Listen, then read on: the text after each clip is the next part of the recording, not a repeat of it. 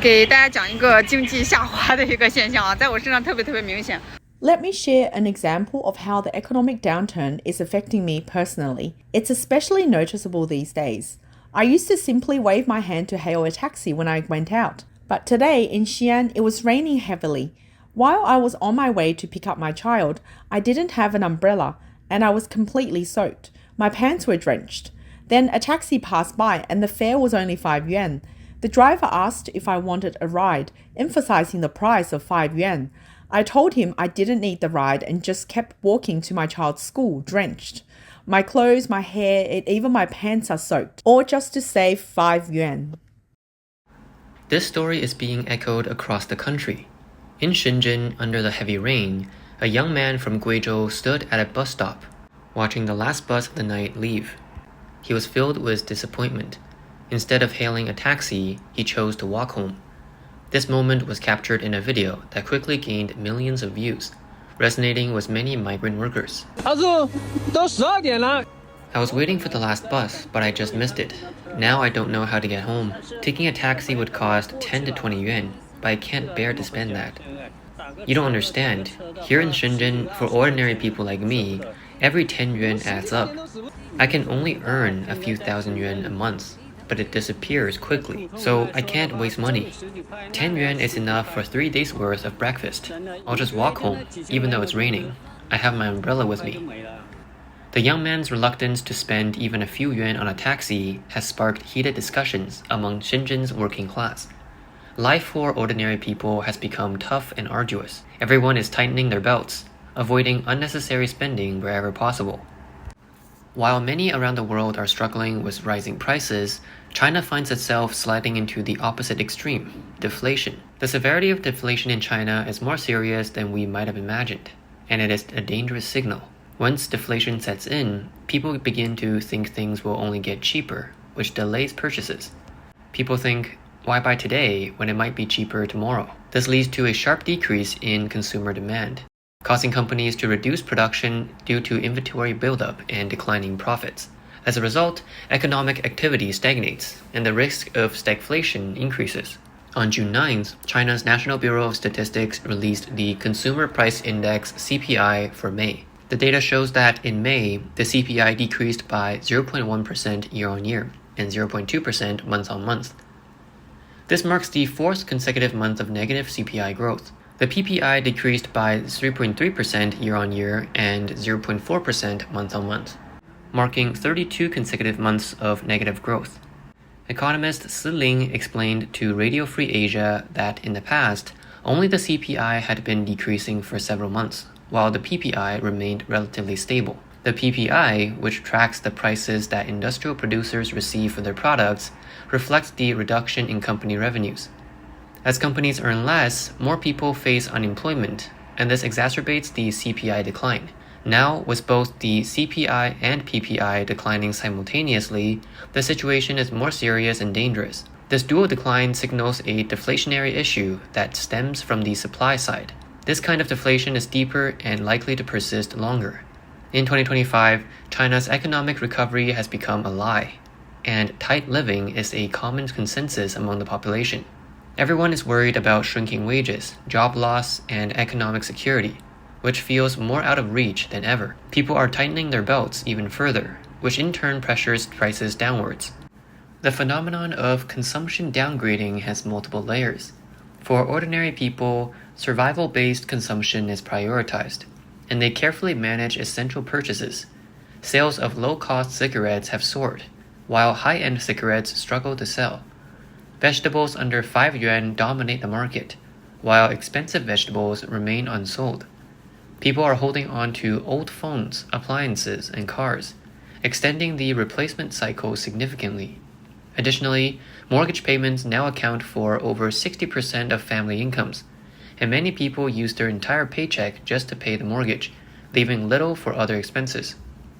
The topic of consumption downgrading has sparked widespread social debate, and several humorous anecdotes about it have circulated widely.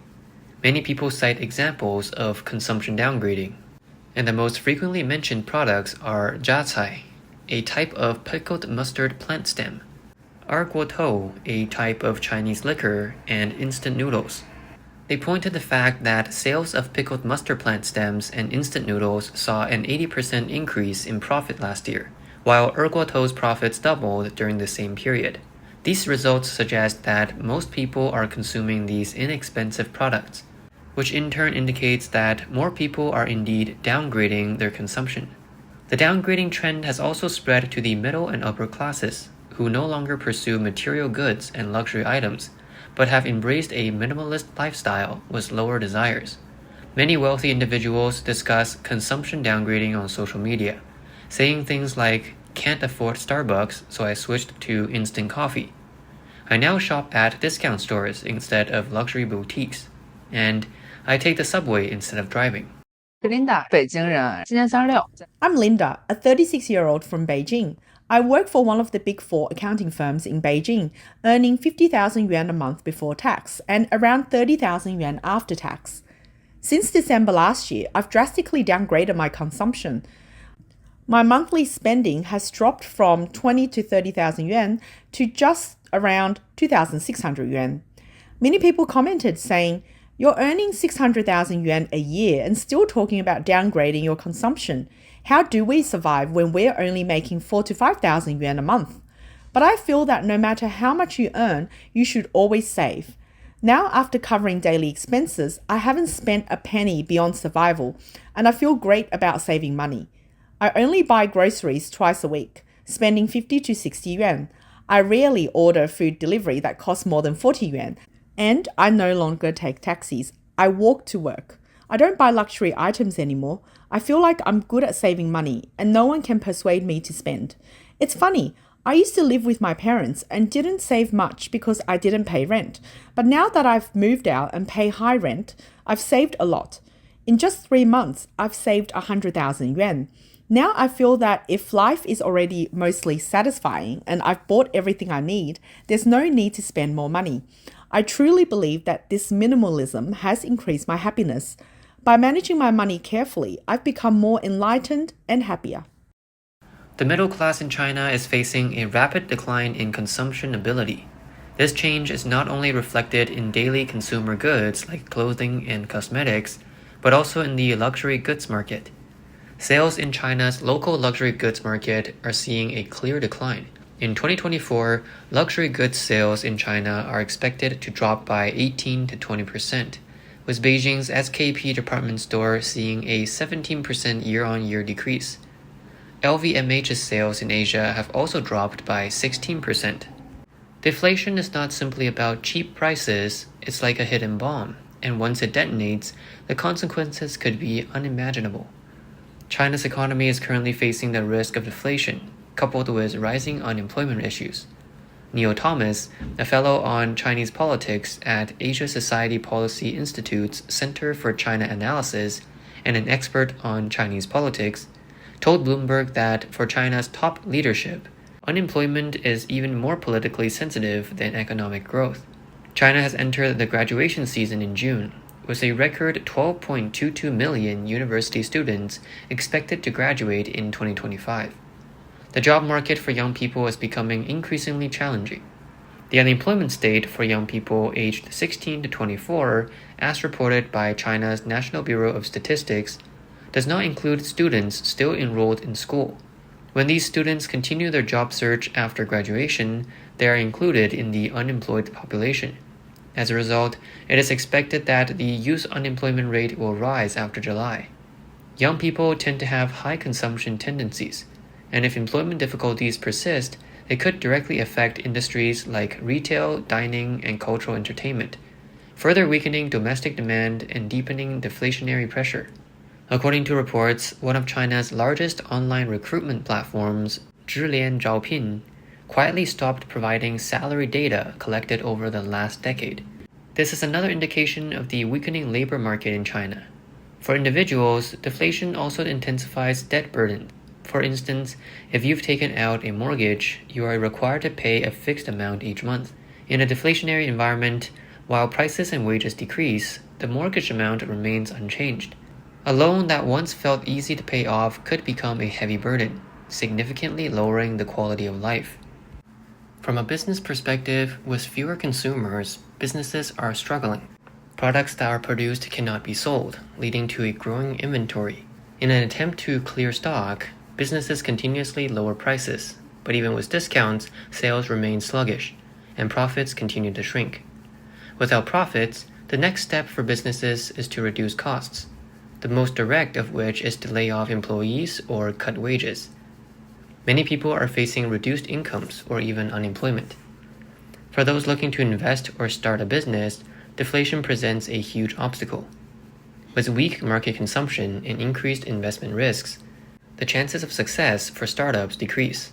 No one wants to invest during such times, which stifles economic vitality and traps the economy in a vicious cycle. On June 16th, Xie Jinhe, the chairman of Caixin Media, warned on Facebook, China's deflation is deepening. He first pointed out that the rent for the most upscale shopping center on Nanjing West Road in Shanghai, Plaza 66, has plummeted from 15 yuan per square meter 3 years ago to just 6.5 yuan now, a significant drop that reflects the downturn in real estate prices and weak domestic demand. Another example is that an economy class ticket from Beijing to the UK with a layover costs about 2,500 yuan, which also includes a night at the airport and breakfast. This reflects the extreme weakness in consumption, with even the airline industry severely impacted. Xie Jinhe analyzed that there are two main factors causing deflation in China. One is the bursting of the real estate bubble, which left astronomical debts for real estate companies. Among China's top 50 real estate companies, 31 reported major losses, with total liabilities amounting to 13.7 trillion yuan. The second factor is industrial overcompetition, such as BYD reducing car prices by 30%. Not only does it harm competitors, but it also wastes limited national resources, creating a cycle of worsening effects. He fears that China's deflation could continue to worsen, eventually leading the country into a lost era. Data from the National Bureau of Statistics released on June 16th showed that the industrial value-added output for May grew by 5.8% year-on-year, slower than the 6.1% increase in April. Despite the U.S. reducing tariffs on China by 115% in mid-May, the effects of high tariffs continue to be felt, and the weak domestic demand caused by the sluggish real estate market has also taken a toll. In May 2025, China's real estate market recovery stalled, with investment, sales, and prices of commercial properties all experiencing a significant decline, highlighting the industry's deepening crisis. According to the National Bureau of Statistics, the price of new homes in 70 major cities fell by 0.2% month-on-month and by 4.1% year-on-year, marking the largest monthly drop since October 2024. The price of second-hand homes fell by 0.5% month-on-month and 6.6% year-on-year, the largest drop in 8 months. The prolonged downturn in real estate also dragged down production. China's industrial companies are now facing the most severe losses since 2001. Under the Chinese government's intervention, many of these companies that should have gone bankrupt are being kept afloat with government subsidies or bank loans, becoming zombie companies. According to Carney, an American global management consulting firm, the number of zombie companies in China that rely on government subsidies or bank loans to survive increased by 27% in 2023. This number is expected to rise further. Professor Xie Tian from the University of South Carolina Icahn Business School stated that there are two main reasons for the losses and bankruptcies of Chinese enterprises. One is the continued domestic economic downturn, with reduced purchasing power and declining demand. The other is the US-China trade war and restrictions from other countries, which have caused export channels to close, leading many Chinese export companies to lose their orders. Furthermore, for companies that the central government believes have ineffective production capacity, local governments may try to keep these companies alive to protect their GDP, tax revenues, or other local interests.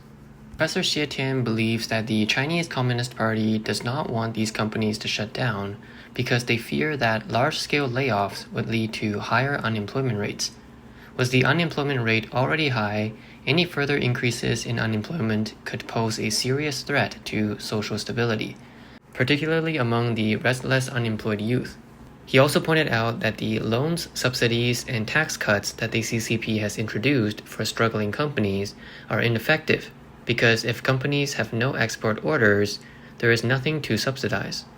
If companies can't operate, providing them loans is like throwing money into a bottomless pit. He candidly stated that the CCP has no real solution to restore the economy. Weak domestic demand is exacerbating business closures and rising unemployment, which further tightens consumption, leading to more losses, bankruptcies, and job losses in other related industries. This leads to a destructive cycle. U.S. economist David Huang stated that the main reason for Chinese companies' massive losses is structural recession, which includes the collapse of external demand, weak domestic demand, heavy debts, technological bottlenecks, and overcapacity. However, when the CCP deals with these significant losses, it follows political stability over economic efficiency, rather than business and economic loss.